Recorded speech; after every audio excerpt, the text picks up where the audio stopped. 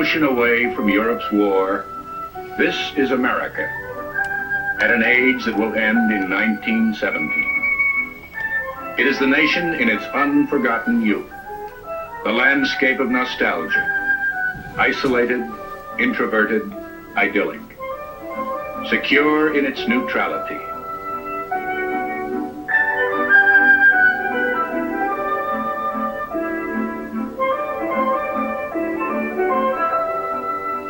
War first intrudes on neutral America in headlines and in pictures, viewed in those places of novel amusement, the movie houses. Pictures framed in admonitions from the President, Woodrow Wilson, who sees his country as a moral example, a possible mediator between two wrongful sides, the Allies and Germany.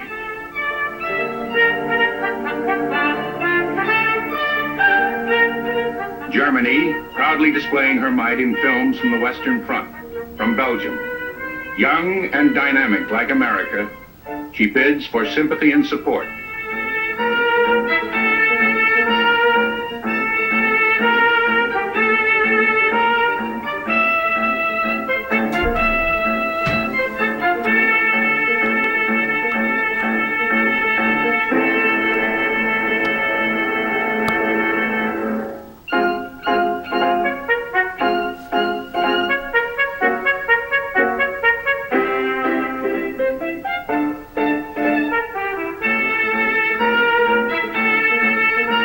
From the Allied side, Britain and France retaliate with films of German atrocities, both real and fictitious.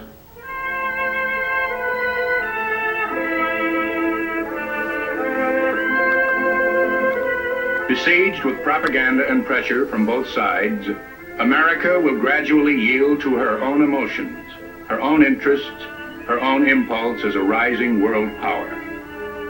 And finally, in the name of moral principle, America's president will lead the nation to war.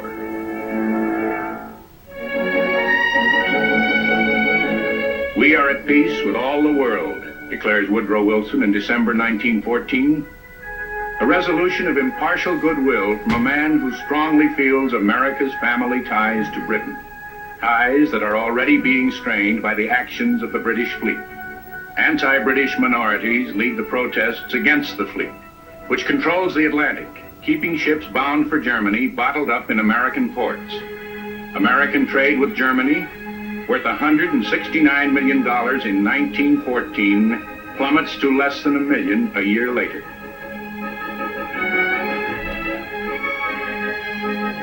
Hardest hit is the cotton-growing South, where unshipped bales cut off from their German market pile up on wharves. The South, facing ruin, demands action by Washington, but the president sends only mild notes of protest to London.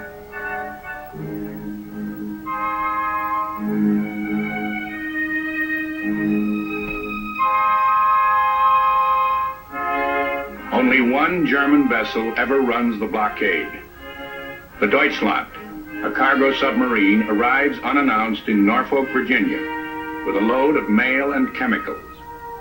The exploit stirs admiration, and the value of the German mark rises in American banks.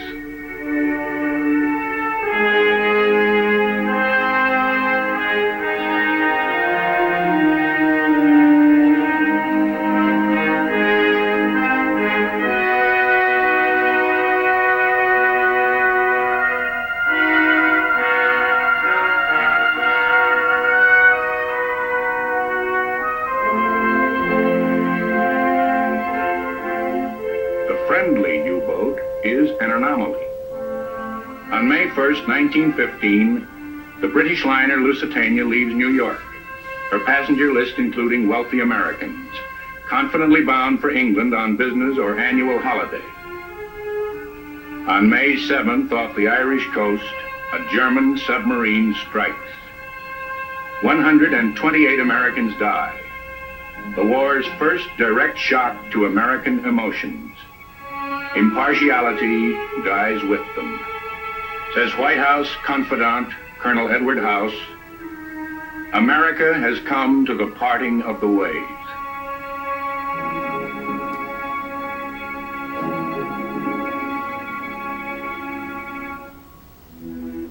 White House itself is determined to salvage its neutral policy from the storm of feelings. The President, weighing the tragedy that has hung over me like a nightmare, tells the country that it should be too proud to fight. He wants to give Germany a warning, not a war. For some of his advisors and some of the public, any protest seems unwarranted. They contend that as a British ship, Lusitania was fair game for the Germans. Secretary of State William Jennings Bryan, an old campaigner for peaceful isolation, begs Wilson to accept the Lusitania as passively as he did the British blockade. Attacking from the opposite side is ex-President Theodore Roosevelt, eager to lead a new generation of Rough Riders into action. It is inconceivable, he says, that we should refrain. Pressed from both sides, Wilson settles for diplomatic notes. There will be no reprisals for the Lusitania if there will be no sequels.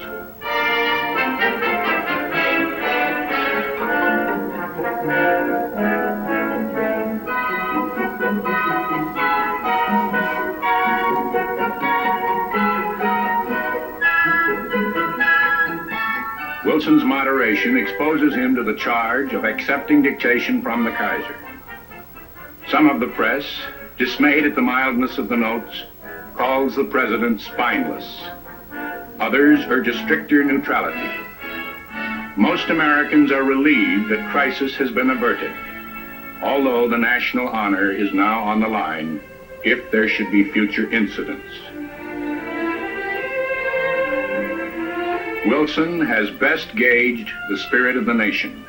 Fearing that isolation is compromised, Bryan retires to his America, an America receding into the past.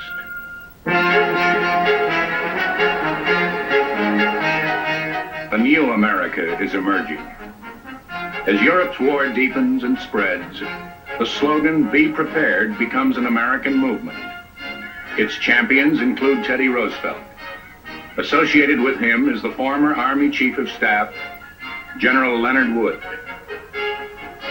In a nationwide campaign zeroing in on Washington, they lobby for an expanded Army Reserve. Wilson resists. Undaunted, the leaders of the movement establish a military camp on their own in Plattsburgh, New York. There, in the summer of 1915, college boys and businessmen come as volunteers for training as potential officers. The Plattsburgh idea spreads. Americans, moved by fears of German invasion or by a vision of the nation's destiny as a world power, Americans drill to the theme of preparedness.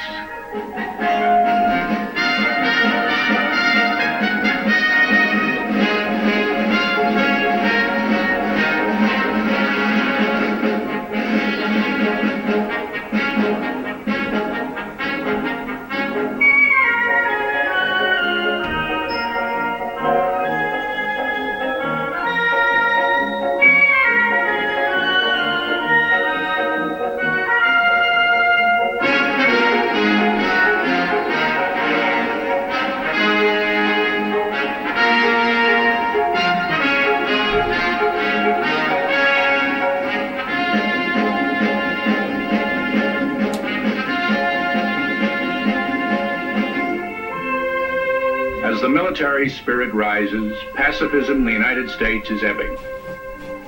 On December 4th, 1915, a self-appointed peace mission, sponsored and led by auto millionaire Henry Ford, sails for Europe on a chartered liner, bent on talking the war leaders into a truce.